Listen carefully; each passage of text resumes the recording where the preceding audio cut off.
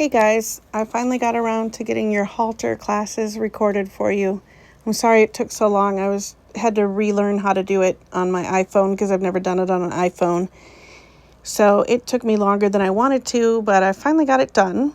So for those of you who are new, what we do is each week I will do a virtual practice that's going to be just confirmation classes mostly. And then also this week I'm going to send you some links to some more Western pleasure videos that I've found that I think are kind of helpful. Hopefully you guys have all watched your Horse IQ Western pleasure. If you're not able to get into Horse IQ, let me know on Tuesday and we'll have to figure out how to get you in there. So anyway, so you should be working on your Horse IQ Western pleasure, and then here are going to be your 2 halter classes for this week. Don't worry about creating a set of reasons. You certainly can if you want to, but we're not going to be focusing on that for the next week or so. So we're just kind of practicing. So with that said, let's get started with our junior geldings. So these are going to be paints and quarter horses and Appaloosas. So all of our stock type horses are what we're going to be focusing on for the next 2 months, since we're going to Paint World and we won't see anything but stock type horses there. So these are 2 and 3 year old geldings of any stock type breed. So here we go. Here's number 1, 2, 3, and 4. Here's number 1. Go ahead and pause. Take as much time as you want, obviously. I'll leave it on for a few seconds so that you can pause it.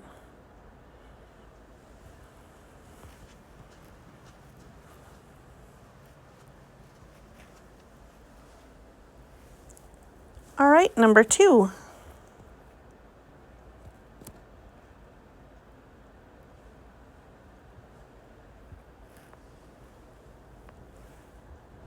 And number 3.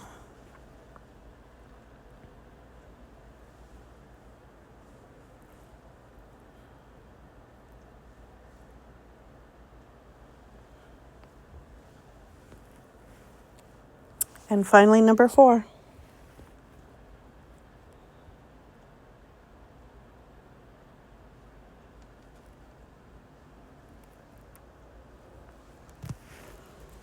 Okay, just to review. 1, 2, 3, and 4. All right, so hopefully you were able to pick out a top and a bottom pair. That's the first thing we want to be able to do. And I think that I tried to give you guys an easy top 2 and an easy bottom 2. If you didn't pick out the top 2 and bottom 2, don't worry about it. You're not going to get kicked off the team or have your birthday taken away. So just don't worry about it. But hopefully you picked out our top pair is number 4 and number 2. And then our bottom pair then, of course, is 3 and 1. So that is the order I would place them in. First would be number 4, then number 2, then number 3, and finally number 1. So let's start with our top horse. Horse number 4. Remember, we're looking for type. Does he have type? He absolutely does. Does he have correct conformation? That's our second criterion. Yes, he certainly does. And finally, we're looking for balance. Certainly a very balanced example of a gelding. So what put him over the top, over this horse? Well, 2 things. Number 1, let's say pretty much they're kind of, all things would be equal, except that this horse has better definition of muscling. He has more circumference, which when we talk about circumference of muscling, I want you to use that in your reasons when you're talking about stock type horses. If it fits, if the horse you're talking about actually does have good muscling. And circumference means that it's kind of rounded, right? You guys have probably all heard that term before, circumference, in reference to circles. So circumference means that it's rounded, or that like we can see the shape of it, is kind of what it means in horse judging. So he doesn't have a lot of circumference, meaning that like he's not like a walking bodybuilder, but he is well defined and it's well balanced, and you see it throughout his body. It's kind of the first thing you notice. He's not a massive halter horse, but he is very fit, and that muscling really stands out. So that's the first thing that puts him over the top of the second place horse. The other is that he does stand more correctly in his hindquarters than the second place horse, and I'll show you what I mean if I can.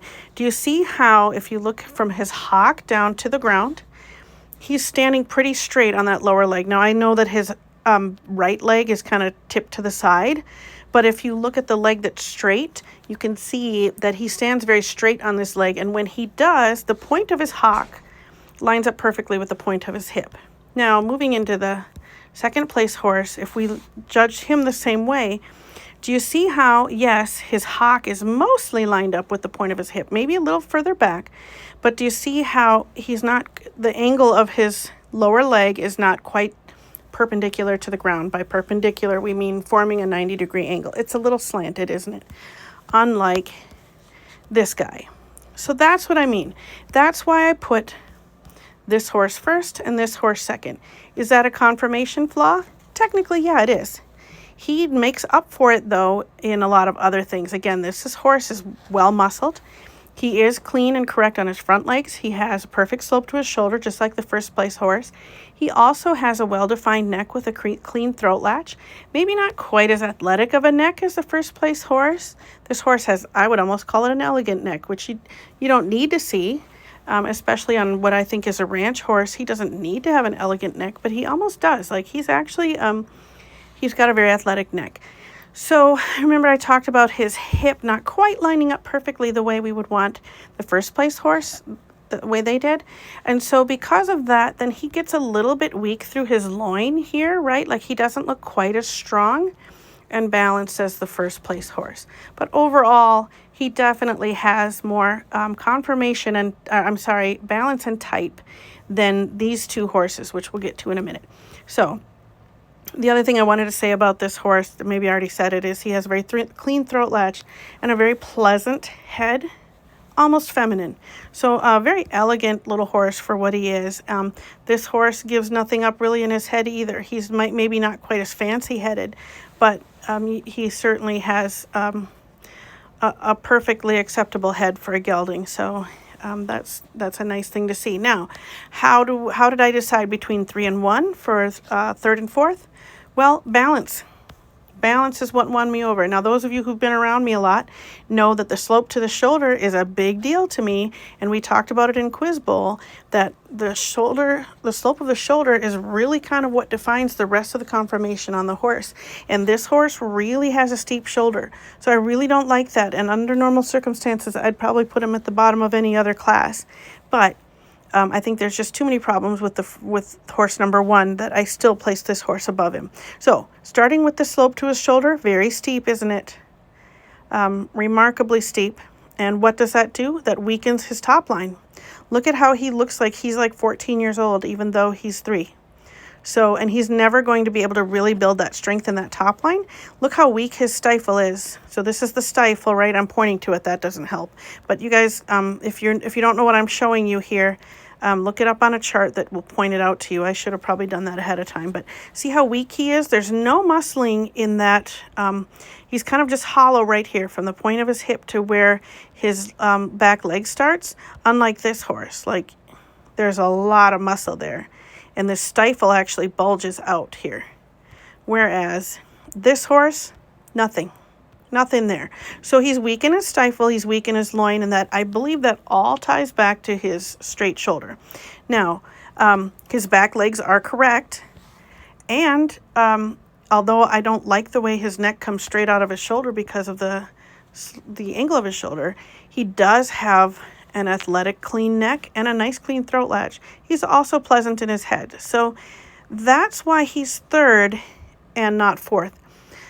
All of those things I cannot say about this horse. So let's start out with the obvious. Does this horse look balanced? No. He also doesn't have a lot of stock type.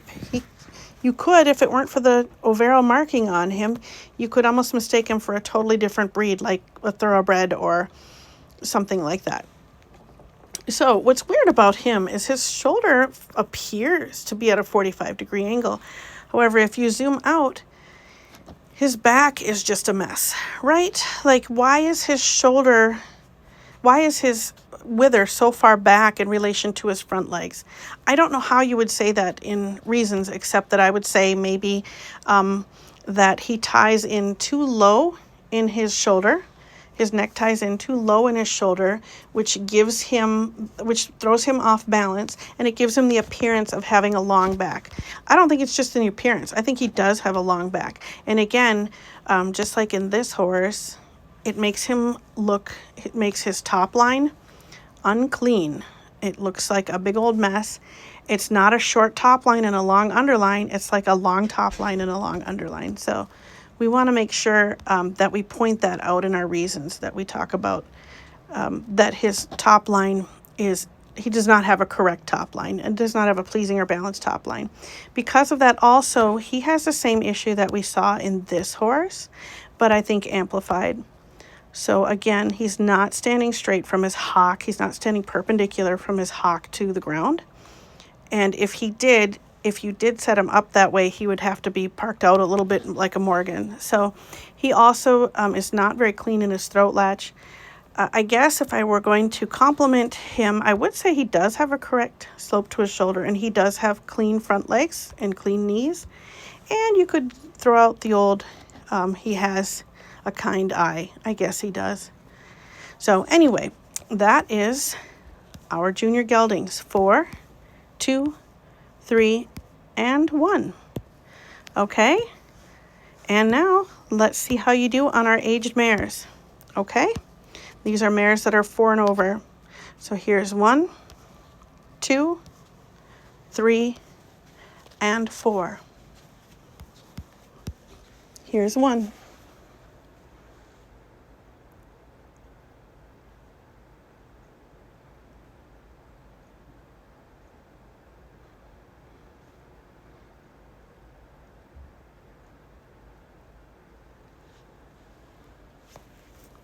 And 2.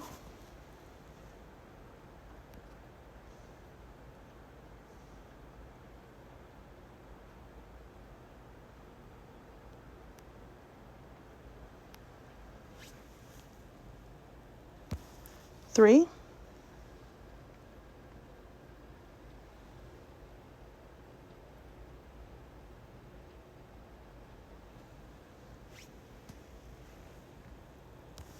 And 4.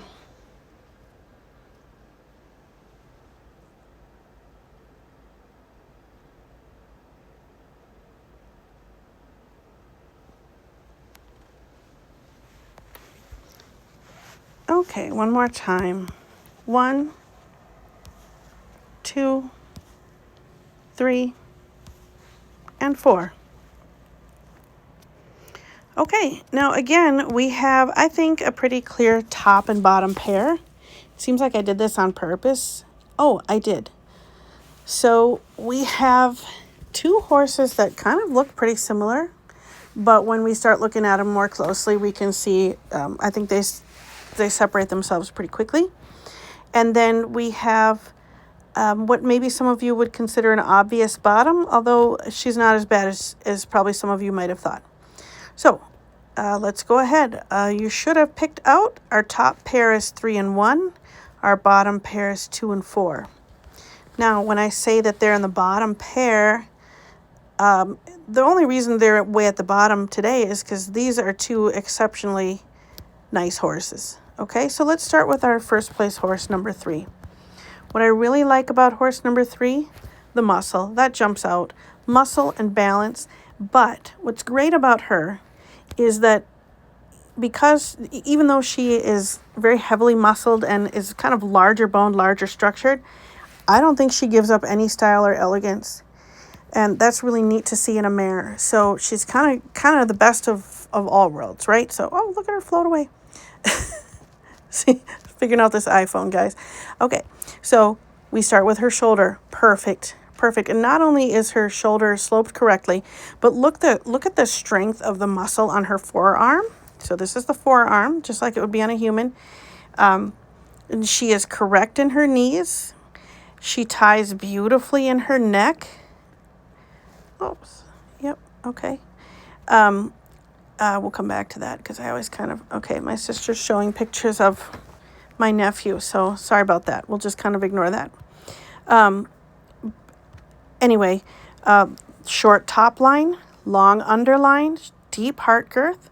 But even when we're looking at her heart girth, look at the muscles bulging out on her. That's circumference, right? And look at how rounded her, so these are her gaskins here. And when I say their circumference, you can actually see that they're round muscles. And she has really nice shape to the muscles in her hindquarters. She is standing correctly. Her hind legs are perpendicular from the cannon, from her hock all the way through the cannon to the ground. I realize that her back left leg is kind of poked in a little bit, but if you look at the leg that's standing straight, she lines up perfectly, and she's got a great rounded hip here. Just perfect what we want to see. So, and again, what's great about her is she has all of that, plus this elegance about her athletic neck, her clean throat latch. They have a nice fancy halter on her that makes her head look pretty. She maybe would be a little bit masculine under some in some people's eyes, but I don't think she gives up much in femininity. So that's our first place horse, and I think she stands out above the crowd. But the one that most closely follows her, not just in color but in structure, is horse number 1. And again, if she weren't competing against that number 3 horse, I think this horse could easily top a performance halter class. So, probably she has plenty of points in performance halter because, again, she has a correct, maybe slightly steeper shoulder than the first place horse. But what we're not seeing there is the depth and circumference of muscle that we see on this horse. I mean, it's just worlds of difference, right? So not as well-defined muscles, but she's clean and athletic, maybe a little straight in her shoulder. A nice long underline, deep heart girth. So this is the heart girth we're talking about here. Long underline, short top line. Correct slope and roundness to her hip. Not as much circumference in her gaskin, but she does have, we can see the muscling. She has a nice full muscle to her stifle here. And she stands correctly on her hind legs. So I appreciate that about her. Plus, she's just really elegant and feminine. And we like to see that in a mare. So that's what I'll say about her. Nothing wrong with her. She just doesn't have the presence and muscling of the first place horse. Then we'll move into our third place horse. Again, under most classes, she might be your first place horse. There is nothing wrong with this horse at all. She's a different type of horse. She's more closely coupled, right? Now, I did check, she isn't bred, but she looks like maybe she's a little overconditioned, right? So overconditioned, meaning that she maybe could stand to lose a little weight. Couldn't we all? No, we couldn't all, but I could. Anyway, but she's correct through her shoulder, and we see some nice muscling there. She has a nice big deep forearm there as well. Correct over her knees, clean flat cannons, deep heart girth, but again, not as clean of an underline as we'd like to see. Maybe a little bit. So we want that top line to be significantly shorter than the underline. And kind of because of the way she's shaped, she almost looks a little bit tubular. She's not as deep through her heart girth as the first 2 horses were. And again, some conditioning might help her with that. Some exercising and building that up. But again, correct through her stifle and gaskin, not as well rounded in her hip, just a different type of horse. Really cute headed, really feminine headed, especially for a horse with a bald face. It's tough to pull that off, and I think she does it really nicely. She's really pretty in her head and clean in her throat latch. Not as long and athletic of a neck, but certainly clean and correct. So that's our third place horse. And then we finish the class with this mare who's actually an Appaloosa. And she just doesn't have the muscling and conditioning and style of the other horses in the class, right? Is she structurally correct? Yeah, for the most part she is. She's older than the other horses, so she's not showing as much muscle. She probably hasn't been used as much. But she is correct through her top line. Little bit, she's maybe a little bit long, a little bit too long in her underline. She could use some conditioning. She's not standing the best either. She's maybe set too far back in the shoulder. It's hard to tell because her mane is over there. But if you look at her pasterns, generally the shoulder is going to follow the slope of her pastern. So she is set a little too far back in her pastern, which is probably why, in her shoulder, which is probably why her top line is not as clean. She's lacking the muscling and just the conditioning, just no muscling there. But is her conformation correct? For the most part, yes. She doesn't have an elegant head, but there's no real problems with the head. Maybe a bit longer than we'd want to see it. So yeah, again, nothing really majorly wrong with her.